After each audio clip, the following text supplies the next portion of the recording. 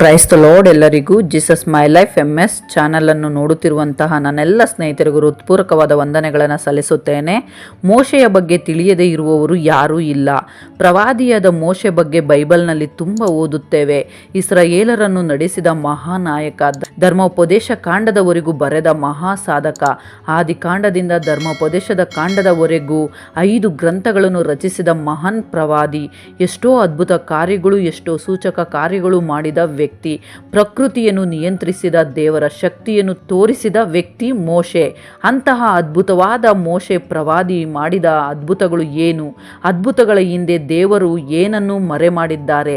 ಅದ್ಭುತಗಳನ್ನು ಯಾಕೆ ದೇವರು ಮೋಶೆಯ ಮುಖಾಂತರ ಮಾಡಿಸಿದರು ಎಂಬ ವಿಷಯವನ್ನು ತುಂಬ ಸ್ಪಷ್ಟವಾಗಿ ಮತ್ತು ಸಂಪೂರ್ಣವಾಗಿ ಈ ವಿಡಿಯೋದೊಳಗೆ ಮಾತನಾಡಿಕೊಳ್ಳೋಣ. ಪೂರ್ತಿಯಾಗಿ ಕಡೆವರೆಗೂ ನೋಡಿರಿ. ಮೋಶೆಯು ಬಹುತೇಕ 40ಕ್ಕೂ ಹೆಚ್ಚು ಬಗೆಯ ವಿಭಿನ್ನ ಅದ್ಭುತಗಳು, ಸೂಚಕ ಕಾರ್ಯಗಳು ಮಾಡಿದರು. ಫರೋಹನ ಹತ್ತಿರ ಮಾಡಿದ ಸಂಘರ್ಷಣೆ ಆಗಲಿ, ವಿಮೋಚನಾ ಕಾಂಡದಲ್ಲಿ ಮಾಡಿದ ಪ್ರಯಾಣವಾಗಲಿ, ಇಸ್ರಾಯೇಲರು 40 ವರ್ಷ ಅರಣ್ಯದಲ್ಲಿ ಸಂಚಾರ ಮಾಡಿ ನೆಲೆಸಿದ ಪರಿಸ್ಥಿತಿಗಳೇ ಆಗಲಿ, ಆತನು ಮಾಡಿದ ಅದ್ಭುತಗಳು ಒಂದೊಂದು ಕಾರಣಗಳು ಹಿಡಿದು ದೇವರು ಮಾಡಿಸಿದರು. ದೇವರು ಮೋಶೆಯ ಮುಖಾಂತರ ಮಾಡಿಸಿದ ಅದ್ಭುತಗಳು, ಸೂಚಕ ಕಾರ್ಯಗಳ ಬಗ್ಗೆ ಮಾತನಾಡುವ ಮೊದಲು ಅದ್ಭುತಗಳು ಯಾಕೆ ಮೋಶೆಯ ಮುಖಾಂತರ ಮಾಡಿದರು ಎಂಬುದನ್ನು ನಾವು ಮೊದಲು ನೋಡಬೇಕು. ಅದರಲ್ಲಿ ಮೊದಲನೆಯದು ಕವನೆಂಟ್ ಕನ್ಫರ್ಮೇಷನ್, ಒಡಂಬಡಿಕೆ ದೃಢೀಕರಣ. ಅಂದರೆ ದೇವರ ಒಂದು ಒಡಂಬಡಿಕೆ ದೃಢೀಕರಣ ಮಾಡಲು ಅದ್ಭುತಗಳು ನಡೆದವು. ಅದ್ಭುತಗಳು ಮಾಡುವಾಗ ಮೋಶೆ ದೇವರಿಗೆ ಮಧ್ಯಸ್ಥನಾಗಿರುವುದನ್ನು ದೃಢೀಕರಿಸಿ ಹೇಳಲು ಈ ಅದ್ಭುತಗಳು ನಡೆದವು. ಧರ್ಮೋಪದೇಶ ಕಂಡ 34ನೇ ಅಧ್ಯಾಯ 10-12 ವಾಕ್ಯವನ್ನು ನೋಡಿದರೆ ನಮಗೆ ತಿಳಿಯುತ್ತದೆ. ಇನ್ನು ಎರಡನೆಯದು ಟೈಪಾಲಜಿಕಲ್ ಫಾರ್ ಶಾಟ್ ಡೌನಿಂಗ್, ವಿಶಿಷ್ಟ ಮುನ್ಸೂಚನೆ. ಅಂದರೆ ಮುಂದೆ ಏನಾಗಲಿದೆ ಎಂಬುದರ ಸೂಚನೆಗಳು ಇದ್ದಾವೆ. ಈ ರೀತಿಯ ಮುನ್ಸೂಚನೆಯಂತೆ ಸಂಭವಿಸಿದವು.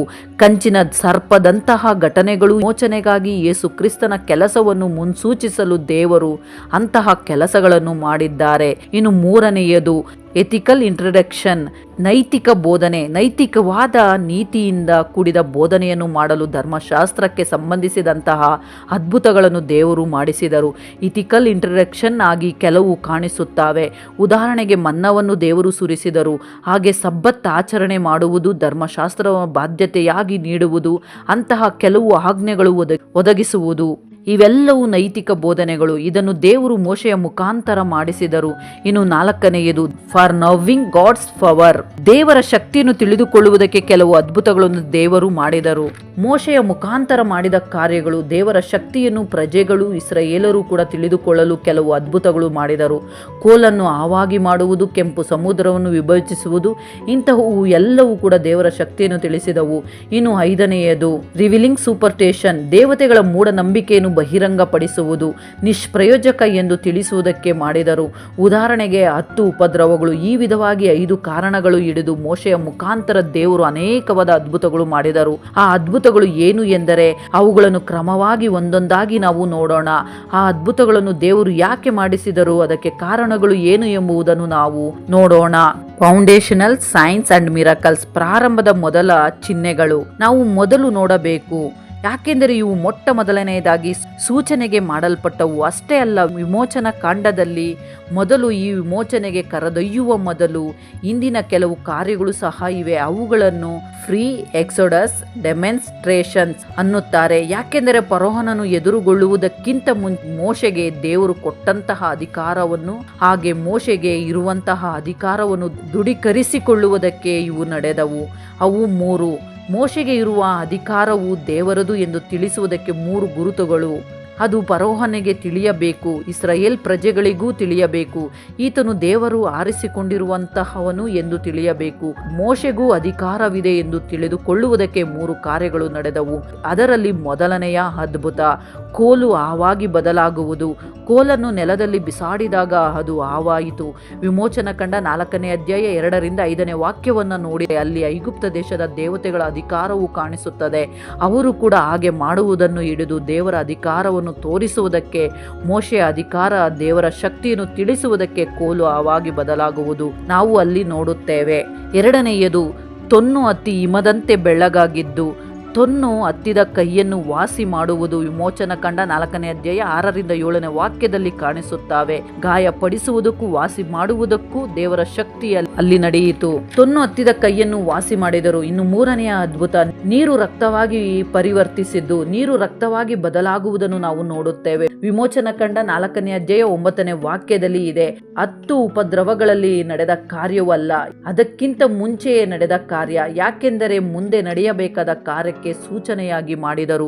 ದೇವರ ಭಯವನ್ನು ತೋರಿಸುವುದಕ್ಕೆ ಮುಂಬರುವ ಉಪದ್ರವಗಳ ಬಗ್ಗೆ ಮೊದಲೇ ತಿಳಿಸಿದಂತಹ ಅದ್ಭುತವಿದು. ಸೊ ಈ 3 ಕಾರ್ಯಗಳು, ಈ 3 ಅದ್ಭುತಗಳು ಕೂಡ ಐಗುಪ್ತ ದೇಶದವರ ಮಂತ್ರಶಕ್ತಿಗಳ ಮಂತ್ರವಾದಿಗಳನ್ನು ಸೋಲಿಸಲು ಮಾಡಿದ್ದು. ಹಾಗೆ ಮೋಶೆಯ ಅಧಿಕಾರವನ್ನು ತಿಳಿಸುವುದಕ್ಕೆ, ದೇವರ ಮೇಲೆ ನಂಬಿಕೆ ಇಡಲು ಇವು ಉಪಯುಕ್ತವಾಗಿದ್ದವು. ಈ 3 ಅದ್ಭುತಗಳು ಅವರು ಮಾಡಿದ್ದು ಅದನ್ನೇ.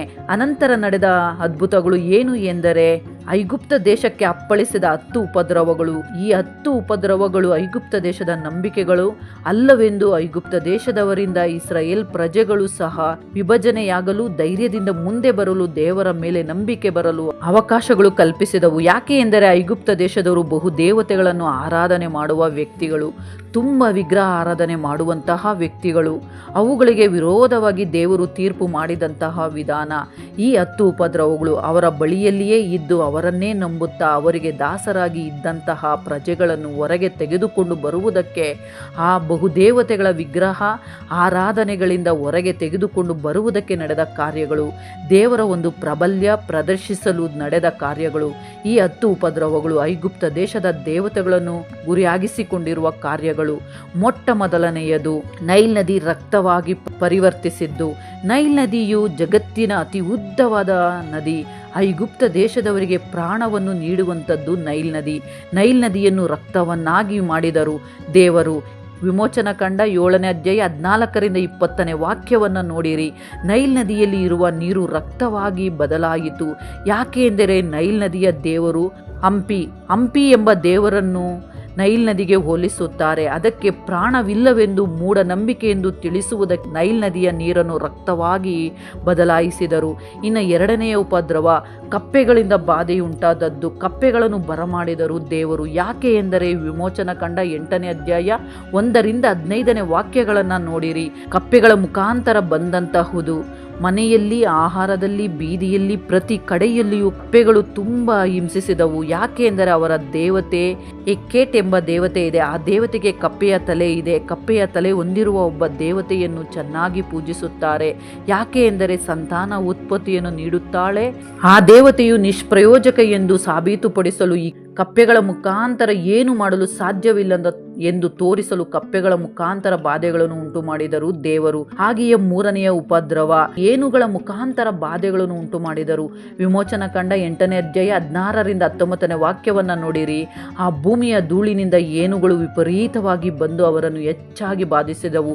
ಸೊ ಯಾಕೆ ಮಾಡಿದರು ಎಂದರೆ, ಭೂಮಿಗೆ ಸಂಬಂಧಿಸಿದ, ಧೂಳಿಗೆ ಸಂಬಂಧಿಸಿದ ಗೇಬ್ ಎಂಬ ದೇವರು ಭೂದೇವರು ಎನ್ನುತ್ತಾರೆ.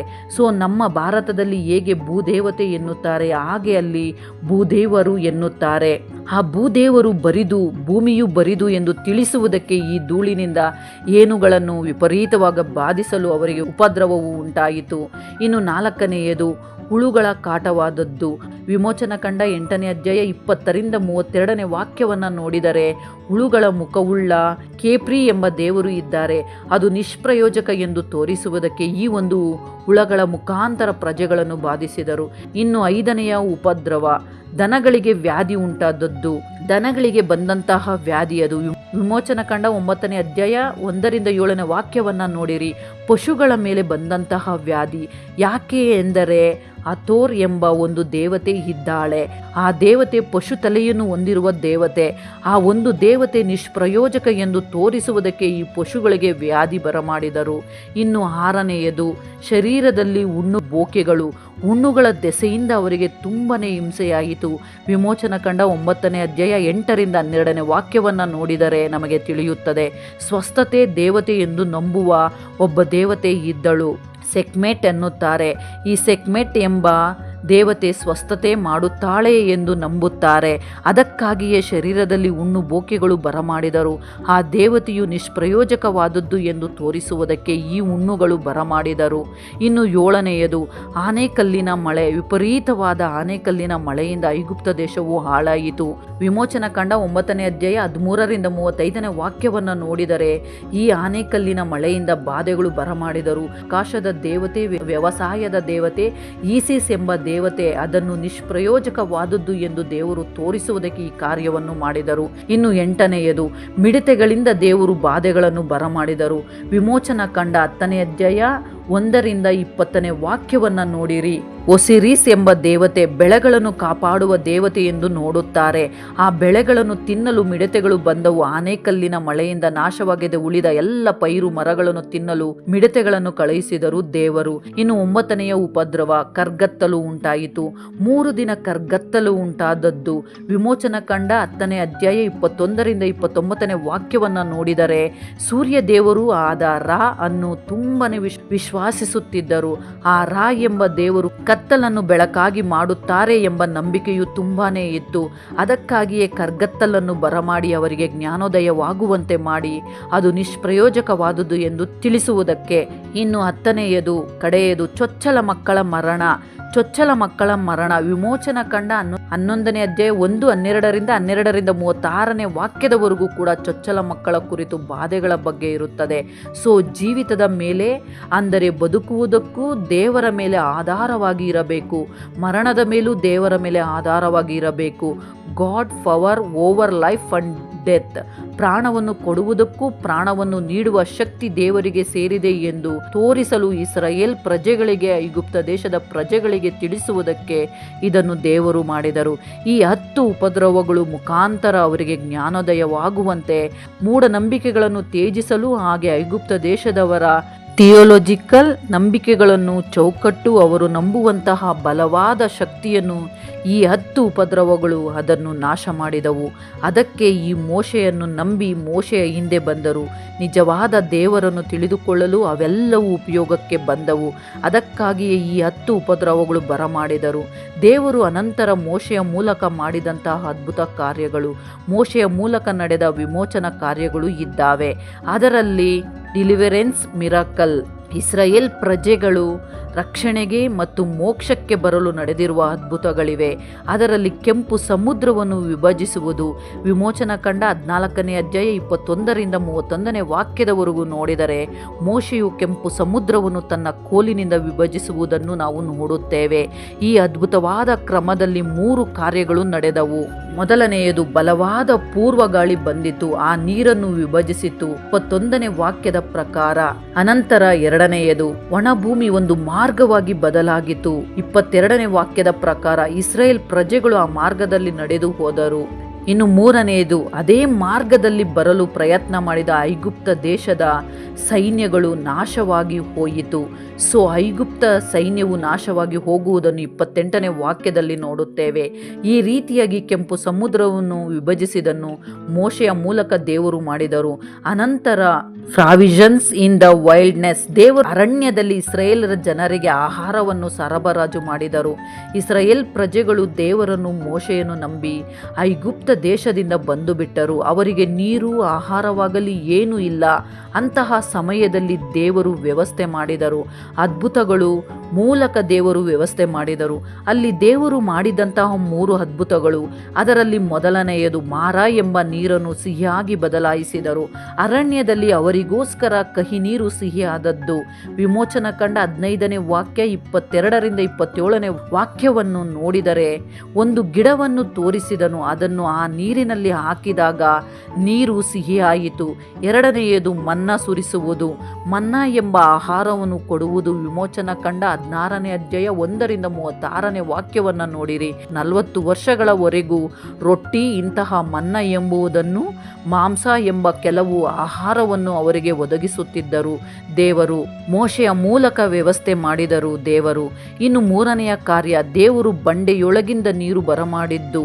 ಓರೇಬ್ ಎಂಬ ಸ್ಥಳ ಸ್ಥಳದಲ್ಲಿ ಬಂಡೆಯಿಂದ ನೀರು ಹೊರಡಿತು. ವಿಮೋಚನ ಕಂಡ 17ನೇ ಅಧ್ಯಾಯ 1-7 ವಾಕ್ಯವನ್ನು ನೋಡಿದರೆ, ದಾಹದಿಂದ ಸಂಕಟದಿಂದ ಇದ್ದಂತಹ ಇಸ್ರಾಯೇಲ್ ಪ್ರಜೆಗಳಿಗೆ ತಮ್ಮ ದೇಶವನ್ನು ಸ್ಥಾಪಿಸಲು ಬಂಡೆಯಿಂದ ನೀರನ್ನು ಒದಗಿಸಿದರು ದೇವರು. ಮೋಶೆಯು ಕೋಲಿನಿಂದ ಆ ಬಂಡೆಯನ್ನು ಒಡೆದಾಗ ನೀರು ಹೊರಬರುವುದನ್ನು ಅದ್ಭುತವಾಗಿ ನಾವು ನೋಡುತ್ತೇವೆ.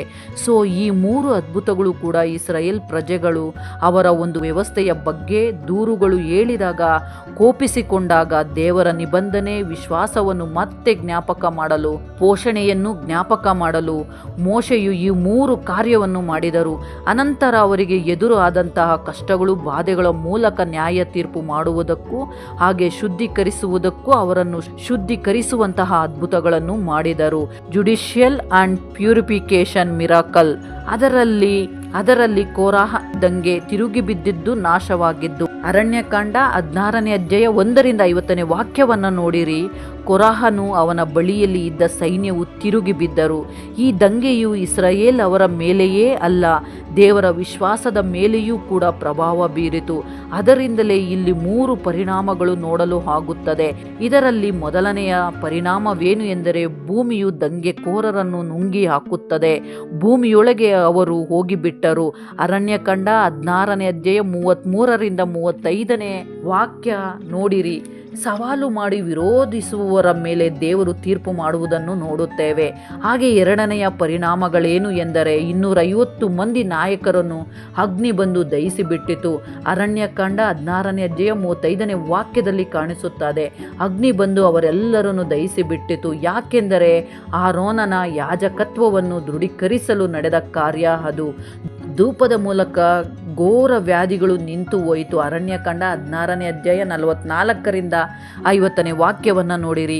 ಅನಂತರ ನಡೆಯಬೇಕಾದ ತೀರ್ಪುಗಳನ್ನು ವಿವರಿಸುವ ಪ್ರಯತ್ನ ಅದು. ಅಂತಹ ಧೂಪದ ಮೂಲಕ ಬರಬೇಕಾದ ಘೋರ ವ್ಯಾಧಿಗಳು ನಿಂತು ಹೋಗಿ ರಕ್ಷಿಸಲ್ಪಟ್ಟರು. ಕೊರಹನ ದಂಗೆಯಲ್ಲಿ ನಡೆದ ಪರಿಣಾಮಗಳು. ಹಾಗೆ ಎರಡನೆಯದು ಮಿರ್ಯಾಮಳ ಕುಷ್ಠರೋಗ. ಅರಣ್ಯಕಾಂಡ 12ನೇ ಅಧ್ಯಾಯ 1-15 ವಾಕ್ಯವನ್ನು ನೋಡಿರಿ. ಮೋಶೆಗೆ ವಿರೋಧವಾಗಿ ಮಾತನಾಡಿ ವಿಮರ್ಶಿಸಿ ಮಿರ್ಯಾಮಳಿಗೆ ಬುದ್ಧಿ ಬರುವುದಕ್ಕೆ ಕುಷ್ಠ ಎಂಬ ರೋಗವು ಬಂದಿತು. 7 ದಿನಗಳ ಕಾಲ ಕುಷ್ಠದಿಂದ ಪಶ್ಚಾತ್ತಾಪಪಟ್ಟು ಪ್ರಾರ್ಥನೆ ಮಾಡಿದಾಗ ಕುಷ್ಠರೋಗ ವಾಸಿಯಾಯಿತು. ಅನಂತರ 3ನೆಯ ಕಾರ್ಯ ನಡೆಯಿತು. ಬ್ರೋನ್ಸ್ ಸರ್ಪೆಂಟ್ ಅನ್ನುವುದು ತಾಮ್ರದಿಂದ ವಿಷ ಸರ್ಪದ ಆಕಾರ. ಮೋಶೆ ತಾಮ್ರದಿಂದ ಸರ್ಪದ ಆಕಾರವನ್ನು ಮಾಡಿದನು. ಅರಣ್ಯಕಾಂಡ 21ನೇ ಅಧ್ಯಾಯ 4-9 ವಾಕ್ಯದವರೆಗೂ ನೋಡಿರಿ. ಹಾವು ಕಚ್ಚಿದರಿಂದ ಬಹುಜನ ಸತ್ತು ಹೋದರು. ಹಾವು ಕಚ್ಚಿದರಿಂದ ಬಹುಜನ ಇಬ್ಬಂದಿ ಪಟ್ಟರು, ಭಯಪಟ್ಟರು. ಹಾವು ಎಂದರೆ ಇನ್ನೂ ದೇವರಾಗಿ ನೋಡುತ್ತಿದ್ದರು. ಆ ಭಯವು ಇನ್ನೂ ಹೋಗಲಿಲ್ಲವೆಂದು ತಿಳಿದು ತಾಮ್ರದ ಸರ್ಪವನ್ನು ಮಾಡಿ ಸರ್ಪಗಳಿಂದ ಗಾಯಪಟ್ಟವರು ಅದನ್ನು ನೋಡಿ ಬದುಕಿಕೊಂಡರು. ಇದು ಯಾಕೆ ವ್ಯವಸ್ಥೆ ಮಾಡಿದರು ಎಂದರೆ, ಯೇಸು ಕ್ರಿಸ್ತನನ್ನು ಶಿಲುಬೆಗೆ ಹಾಕುವುದನ್ನು, ಹಾಗೆ ಅವರ ಬದುಕುಗಳನ್ನು ವಿಮೋಚನೆ ಮಾಡುವವರು ಆತನೇ ಎಂದು, ಅವರ ಬದುಕುಗಳನ್ನು ಉತ್ತಮಗೊಳಿಸುವವರು, ಅವರಿಗೆ ಜೀವನ ಕೊಡುವವರು ಅವರೇ ಎಂದು ಅದನ್ನು ಮುನ್ಸೂಚನೆಯಾಗಿ ಹೇಳಲಾಗಿತ್ತು. ಯೋಹಾನನ ಸುವಾರ್ತೆ 3ನೇ ಅಧ್ಯಾಯ 14-15 ವಾಕ್ಯಗಳನ್ನು ನೋಡಿದರೆ ಈ ವಿಷಯವು ನಮಗೆ ಸರಿಯಾಗಿ ಅರ್ಥವಾಗುತ್ತದೆ. ಸೊ ಹೀಗೆ ನ್ಯಾಯಬದ್ಧ ಶುದ್ಧೀಕರಣದ ಅದ್ಭುತಗಳ ಕ್ರಿಯೆಗಳು ನಡೆದವು. ಇವುಗಳೇ ಅಲ್ಲದೆ ಈ ಅದ್ಭುತಗಳನ್ನು ದೈವ ಶಕ್ತಿಯನ್ನು, ಮೋಶೆಯ ಅಧಿಕಾರವನ್ನು ನೆಲೆಗೊಳಿಸಲು ಇನ್ನೂ ಕೆಲವು ಅದ್ಭುತಗಳು ನಡೆದವು. ದೇವರ ಶಕ್ತಿಯೊಂದಿಗೆ ಕೂಡಿದ ಅದ್ಭುತಗಳು. ಅದರಲ್ಲಿ ಮೊದಲನೆಯದು ಸೂಪರ್ ನ್ಯಾಚುರಲ್ ಗೈಡ್ನೆಸ್, ಅಲೌಕಿಕ ಮಾರ್ಗದರ್ಶನಗಳು. ದೇವರ ಶಕ್ತಿಯನ್ನು ತಿಳಿಸುವುದಕ್ಕೆ ಅದ್ಭುತವಾದ ಮಾರ್ಗಗಳ ಮೂಲಕ ದೇವರು ನಡೆಸಿದರು. ಅದರಲ್ಲಿ ಮೊದಲನೆಯದು ಮೇಘಸ್ತಂಭ, ಅಗ್ನಿಸ್ತಂಭ. ಅಂದರೆ ಮೇಘವೂ ಅಗ್ನಿಯೂ ಕೂಡ ಇಸ್ರಾಯೇಲ್ ಪ್ರಜೆಗಳನ್ನು ನಡೆಸಲು ದೇವರು ವ್ಯವಸ್ಥೆ ಮಾಡಿದ ಅದ್ಭುತಗಳು. ವಿಮೋಚನ ಕಂಡ 13ನೇ ಅಧ್ಯಾಯ 21-22 ವಾಕ್ಯವನ್ನು ನೋಡಿರಿ. ನಿರಂತರವಾದ ದೈವ ಶಕ್ತಿಯು ಸಂಚರಣೆ ಎಂದರೆ, ಹಗಲಿನಲ್ಲಿ ಮೇಘಸ್ತಂಭ, ರಾತ್ರಿಯಲ್ಲಿ ಅಗ್ನಿಸ್ತಂಭವು ಅವರಿಗೆ ದಾರಿ ತೋರಿಸಿತು, ಧೈರ್ಯವಾಗಿ ಇರಲು ಮಾಡಿತು, ಹಿಂದೆ ಮುಂದೆ ರಕ್ಷಣೆ ಮಾಡಲು ದಿಕ್ಸೂಚಿಯಂತೆ ನಡೆಸಲು ದೈವಶಕ್ತಿ ಸಹಾಯ ಮಾಡಿತು. ಅನಂತರ ಆರ್ಕ್ ಆಫ್ ದ ಕವನೆಂಟ್, ದೇವರ ಮಂಜೂಷ ಪೆಟ್ಟಿಗೆ, ಪ್ರಯಾಣದ ಸಮಯಕ್ಕೆ ಸರಿಯಾಗಿ ದೇವರ ಸಾನ್ನಿಧ್ಯವನ್ನು ವ್ಯಕ್ತಪಡಿಸುವುದು. ಅರಣ್ಯಕಾಂಡ 10ನೇ ಅಧ್ಯಾಯ 33ರಿಂದ 36ನೇ ವಾಕ್ಯವನ್ನು ನೋಡಿರಿ. ದೇವರು ಅವರ ಬಳಿಯಲ್ಲಿಯೇ ಇರುವುದಕ್ಕೆ ಇದ್ದಾರೆ ಎಂದು ಹೇಳುವುದಕ್ಕೆ ಮಂಜೂಷ ಪೆಟ್ಟಿಗೆ ಅವರಿಗೆ ಜೊತೆಯಾಗಿ ಇತ್ತು. ಹಾಗೆ ಇನ್ನೊಂದು ಅದ್ಭುತವು ಫಿಸಿಕಲ್ ಪ್ರಿಸರ್ವೇಷನ್, ಭೌತಿಕ ಸಂರಕ್ಷಣೆ, ಭೌತಿಕ ಅವಶ್ಯಕತೆಗಳು ಅದ್ಭುತಗಳ ಮೂಲಕ ಮೋಶೆಯ ಮುಖಾಂತರ ಮಾಡಿದರು. ಯಾಕೆ ಎನ್ನುತ್ತೀರಾ? 40 ವರ್ಷ ಅವರು ಪ್ರಯಾಣಿಸಿದಾಗ ಅವರು ಹಾಕಿದ ಬಟ್ಟೆಗಳೇ ಆಗಲಿ, ಚಪ್ಪಲಿಗಳೇ ಆಗಲಿ, ವಸ್ತುಗಳೇ ಆಗಲಿ 40 ವರ್ಷಗಳವರೆಗೂ ಸಹ ಅವರಿಗೆ ಅವೆಲ್ಲವೂ ಒದಗಿಸಿದರು. ಅವರಿಗೆ ಲೋಪವಿಲ್ಲದೆ ನೋಡಿಕೊಳ್ಳುವುದು, ಅವು ಹಾಗೆ ಹಾನಿಗೊಳಗಾಗದಂತೆ ತಡೆಯುವುದು. ಧರ್ಮೋಪದೇಶ ಕಾಂಡ 20ನೇ ಅಧ್ಯಾಯ 5ನೇ ವಾಕ್ಯವನ್ನು ನೋಡಿರಿ. ಅವು ಸೂಪರ್ ನ್ಯಾಚುರಲ್ ಬಾಳಿಕೆ ದೀರ್ಘಕಾಲ ಇರುತ್ತದೆ. ಅವರಿಗೆ ಸಂಬಂಧಿಸಿದ ಆರೋಗ್ಯದ ವಿಷಯದಲ್ಲಿ ಕೂಡ ಕಠಿಣವಾದ ಪರಿಸ್ಥಿತಿಗಳು ಇದ್ದರೂ ಕೂಡ, ಪ್ರದೇಶಗಳು ಬದಲಾಗುತ್ತಿದ್ದರೂ ಬಲಹೀನತೆಗಳು ಇರಲಿಲ್ಲ, ಆರೋಗ್ಯ ಸಮಸ್ಯೆಗಳು ಕೂಡ ಅವರಿಗೆ ಕಾಣಿಸಲಿಲ್ಲ. ಸೊ ಹಾಗೆ ದೇವರು ಅವರನ್ನು ಸಂರಕ್ಷಿಸಿದರು, ಅಂತಹ ರಕ್ಷಣೆ ಮಾಡಿದರು. ಫಿಸಿಕಲ್ ಪ್ರಿಸರ್ವೇಷನ್ ದೇವರು ಮಾಡಿದರು ಮೋಶೆಯ ಮೂಲಕ. ಅನಂತರ ಅತ್ಯಂತ ದೊಡ್ಡ ಅದ್ಭುತಗಳು, ಥಿಯೋಫಾನಿಕ್ ಆ್ಯಂಡ್ ರಿವೆಲೇಟರಿ ಮಿರಕಲ್ಸ್, ದೇವರ ಪ್ರತ್ಯಕ್ಷ ಕಾರ್ಯಗಳು.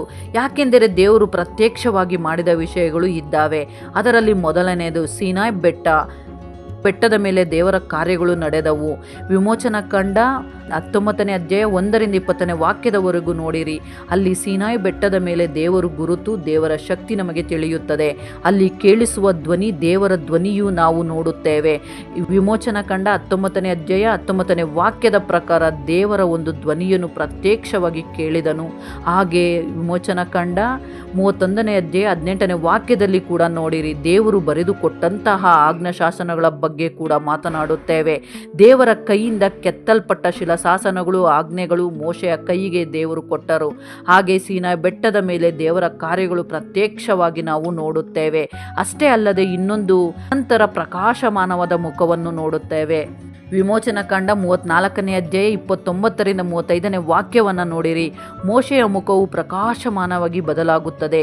ಸೀನಾಯಿ ಬೆಟ್ಟದ ಮೇಲೆ ಕೆಲಸವನ್ನು ಮುಗಿಸಿ ಬಂದಂತಹ ಮೋಶೆ ದೈವಿಕ ಬೆಳಕಿನೊಂದಿಗೆ ಕಾಂತಿಯುತ ಮುಖವುಳ್ಳ ವಿಷಯವನ್ನು ಅಲ್ಲಿ ಅದ್ಭುತವಾಗಿ ನೋಡಬಹುದು.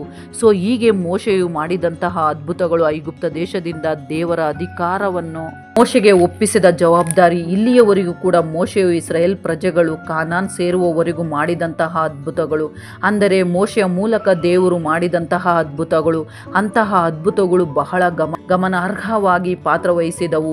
ಮೋಶೆ ದೈವಿಕನಾಗಿದ್ದನು ಎಂದು ಸಾಬೀತು ಮಾಡಿದವು. ದೇವರ ನಾಯಕನಾಗಿ ಆರಿಸಿಕೊಂಡ ವ್ಯಕ್ತಿಯಾಗಿ ಮೋಶೆ ಅಧಿಕಾರವನ್ನು ತಿಳಿಸಲು ಬಳಸಿಕೊಂಡರು. ಪ್ರಜೆಗಳು ನಂಬುವುದಕ್ಕೆ ಮುನ್ನಡೆಸಲು ವಾಗ್ದಾನ ಮಾಡಿದ ಭೂಮಿಯನ್ನು ತಲುಪುವವರೆಗೂ ಇಸ್ರಾಯೇಲ್ ಪ್ರಜೆಗಳ ಮೇಲೆ ಹಾಗೆ ಐಗುಪ್ತದವರ ಮೇಲೆ ಮಾಡಿದಂತಹ ಅದ್ಭುತ ಕಾರ್ಯಗಳು ಇವು. ಅಂತಹ ಅದ್ಭುತ ಕಾರ್ಯಗಳು ಇಲ್ಲಿಯವರೆಗೂ ಕೂಡ ನಾವು ಚರ್ಚಿಸಿಕೊಳ್ಳುತ್ತಿದ್ದೇವೆ. ಎಂದರೆ ಅಂತಹ ಕಾರ್ಯಗಳು ಇಸ್ರಾಯೇಲ್ ಪ್ರಜೆಗಳನ್ನು ನಡೆಸಿಕೊಂಡು ಬಂದಂತಹ ರೀತಿಯಲ್ಲಿ ಮೋಶೆ ಪಾತ್ರ ಬಹಳ ಪ್ರಾಮುಖ್ಯತೆ ಇದೆ. ಅಂತಹ ಮೋಶೆ ಮಾಡಿದಂತಹ ಅದ್ಭುತಗಳು, ಮೋಶೆಯ ಮೂಲಕ ದೇವರು ಮಾಡಿದಂತಹ ಅದ್ಭುತಗಳು ಇವು. ವಿಮೋಚನಾ ಕಾಂಡದಲ್ಲಿ ಪ್ರಯಾಣದ ಮೊದಲು ನಡೆದ 3 ಅದ್ಭುತಗಳು, ಅನಂತರ 10 ಉಪದ್ರವಗಳು, ಅನಂತರ ವಿಮೋಚನಾ ಕಾಂಡದಲ್ಲಿ ವಿಮೋಚನೆಗೆ ನಡೆದ 5 ಕಾರ್ಯಗಳು, ಹಾಗೆ ನ್ಯಾಯಬದ್ಧವಾದ 6 ಕಾರ್ಯಗಳು, ಹಾಗೆ ಅವರನ್ನು ಹತೋಟಿಗೆ ತೆಗೆದುಕೊಂಡು ನಡೆಸಿದ 4 ಅದ್ಭುತಗಳು, ಅನಂತರ ದೇವರ ಪ್ರತ್ಯಕ್ಷತಾ 3 ಅದ್ಭುತಗಳು. ಇಂತಹ ಅದ್ಭುತಗಳು ನಾವು ನೋಡುತ್ತೇವೆ. ಇವೇ ಅಲ್ಲದೆ ಇನ್ನು 11 ಅದ್ಭುತಗಳು ನಮಗೆ ಇರುತ್ತವೆ. ಮೋಶೆ ಮುಳ್ಳಿನ ಪೊದೆಯಲ್ಲಿ ದೇವರ ಬಳಿಯಲ್ಲಿ ಮಾತನಾಡಿದ ಕಾರ್ಯ, ಹಾಗೆ ಮಾತನಾಡುವ ಕತ್ತೆ ಅಂದರೆ ಬಿಳಾಮನ ಕತ್ತೆ ಮಾತನಾಡುವ ಅದ್ಭುತ, ನೈಲ್ ನದಿಯ ಕುರಿತು, ಹೀಗೆ 11 ವಿಭಿನ್ನವಾದ ಅದ್ಭುತಗಳು ಇದ್ದಾವೆ. ಸೊ ಒಟ್ಟು 42 ಅದ್ಭುತಗಳು. 42 ಅದ್ಭುತಗಳನ್ನು ಮೋಶೆಯ ಮೂಲಕ ದೇವರು ಮಾಡಿಸಿದ ಕಾರ್ಯಗಳು, ಮೋಶೆಯ ಮೂಲಕ ನೇರವಾಗಿ ಪರೋಕ್ಷವಾಗಿ ದೇವರು ಮಾಡಿಸಿದ ಕಾರ್ಯಗಳು. ಅದ್ಭುತ ಕ್ರಿಯೆಗಳು, ಸೂಚಕ ಕಾರ್ಯಗಳು, ದೇವರ ಶಕ್ತಿಯನ್ನು ತಿಳಿಸುವುದಕ್ಕೆ, ಮೋಶೆಯನ್ನು ಮಧ್ಯವರ್ತಿಯಾಗಿ, ಒಬ್ಬ ಅಧಿಕಾರಿಯಾಗಿ, ಒಬ್ಬ ನಾಯಕನಾಗಿ ತಿಳಿಸುವುದಕ್ಕೆ, ಹಾಗೆ ಯೇಸು ಕ್ರಿಸ್ತನ ವಿಮೋಚನೆಯ ಬಗ್ಗೆ ಮೊದಲೇ ನಡೆದ ಕಾರ್ಯಗಳು, ಅವು ಸೂಚಿಸುವ ಕಾರ್ಯಗಳಾಗಿ, ಹಾಗೆ ನೈತಿಕ ಕಾರ್ಯಗಳು, ಧರ್ಮಶಾಸ್ತ್ರದ ನೈತಿಕ ಸೂಚನೆಗಳು, ದೈವಿಕ ಶಕ್ತಿಗಳು, ತಿಳಿದುಕೊಳ್ಳುವುದಕ್ಕೆ, ಪ್ರಜೆಗಳ ಮೂಢನಂಬಿಕೆಗಳನ್ನು ಬಿಟ್ಟು ಬಿಡಲು, ಪ್ರಜೆಗಳ ಅವಶ್ಯಕತೆ ತೀರಿಸಲು ದೇವರು ಮೋಶೆಯ ಮೂಲಕ ಮಾಡಿದ ಅದ್ಭುತ ಕಾರ್ಯಗಳು. ಅಂತಹ ಕಾರ್ಯಗಳ ಮೋಶೆಗಳ ಮೂಲಕ ಇಸ್ರಾಯೇಲ್ ಪ್ರಜೆಗಳು ಅಲ್ಲಿನಿಂದ ಬಿಡಿಸಿ ಅನಂತರ ನಡೆಸಿ ಅನಂತರ ಕಾನಾನಿಗೆ ಸೇರಿಸಿ ಅವರಿಗೆ ವಿಮೋಚನೆ ರಕ್ಷಣೆ ನೀಡಿ ನಿತ್ಯ ಜೀವದ ಕಡೆಗೆ ನಡೆಸಲು ಅಡಿಪಾಯ ಹಾಕಿದರು. ಆ ಅಡಿಪಾಯವು ಮೋಶೆಯ ಮೂಲಕ ನಡೆಯಿತು. ಅನಂತರ ಆ ಅಡಿಪಾಯವನ್ನೇ ಯೇಸು ಕ್ರಿಸ್ತನ ಮೂಲಕ ರಕ್ಷಣೆಯೊಳಗೆ ವಿಮೋಚನೆಯೊಳಗೆ ಬರಲು ಸಾಧ್ಯವಾಯಿತು. ಸೊ ಇದು ಮೋಶೆಯ ಮೂಲಕ ದೇವರು ನಡೆಸಿದ ಅದ್ಭುತವಾದ ಕಾರ್ಯಗಳು, ಸೂಚಕ ಕಾರ್ಯಗಳು, ಅವುಗಳ ಹಿಂದೆ ಇರುವ ಕಾರಣಗಳು ಇವೆ. ಸೊ ಈ ವಿಷಯಗಳೆಲ್ಲವೂ ನಿಮಗೆ ಅರ್ಥವಾಗಿದೆ ಎಂದು ನಾನು ಭಾವಿಸುತ್ತೇನೆ. ಈ ವಿಡಿಯೋ ನಿಮಗೆ ಇಷ್ಟವಾಗಿದ್ದರೆ ಲೈಕ್ ಕೊಡೋದನ್ನು ಮರೆಯಬೇಡಿರಿ, ಸಬ್ಸ್ಕ್ರೈಬ್ ಮಾಡಿಕೊಳ್ಳಿರಿ, ಇತರರಿಗೂ ಶೇರ್ ಮಾಡಿ. ಮತ್ತೊಂದು ಅದ್ಭುತವಾದ ಅಂಶದೊಂದಿಗೆ ಮತ್ತೆ ನಿಮ್ಮ ಬಳಿಗೆ ಬರಲು ಪ್ರಯತ್ನ ಮಾಡುತ್ತೇನೆ. ದೇವರು ನಿಮ್ಮೆಲ್ಲರನ್ನು ಆಶೀರ್ವದಿಸಲಿ. ಆಮೇನ್.